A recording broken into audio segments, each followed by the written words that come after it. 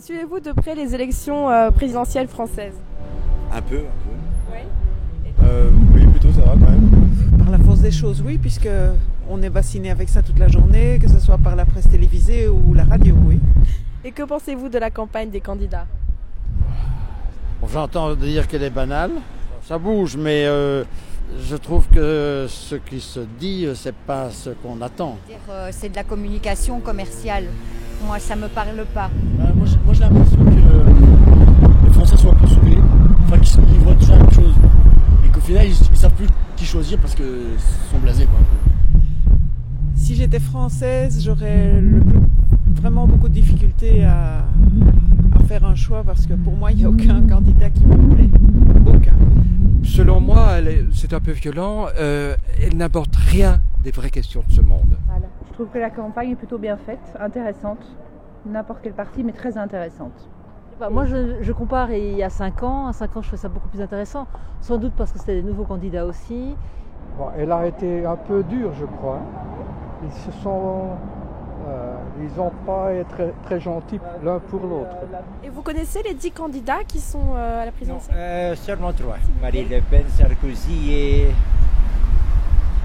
le socialiste là. Ouf, les 10. Oh, je dois dire, je devrais, à mon avis, me limiter à 3. Lesquels? Pouvez-vous me les citer? Hollande, Sarkozy et Marine Le Pen. Les autres non. Bon, je les ai lus, mais je dois dire, je les ai pas retenus.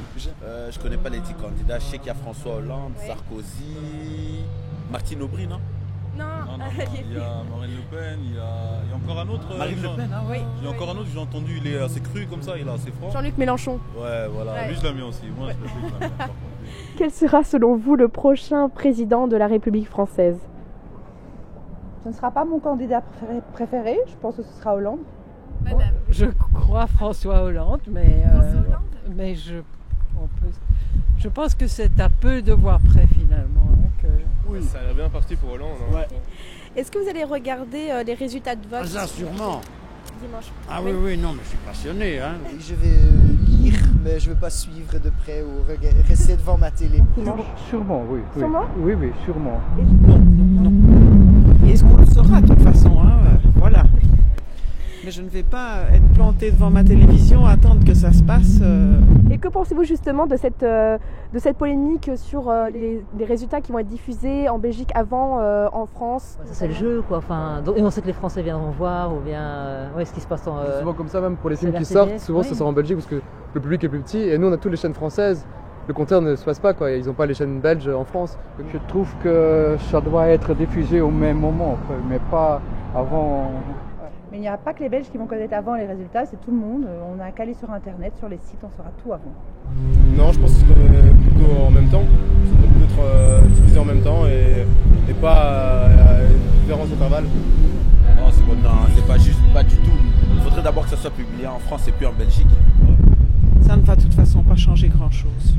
Parce que les sondages sont ce qu'ils sont, c'est une tranche de la population. Bon, mais combien de fois est-ce que les sondages ne se sont pas trompés? Voilà.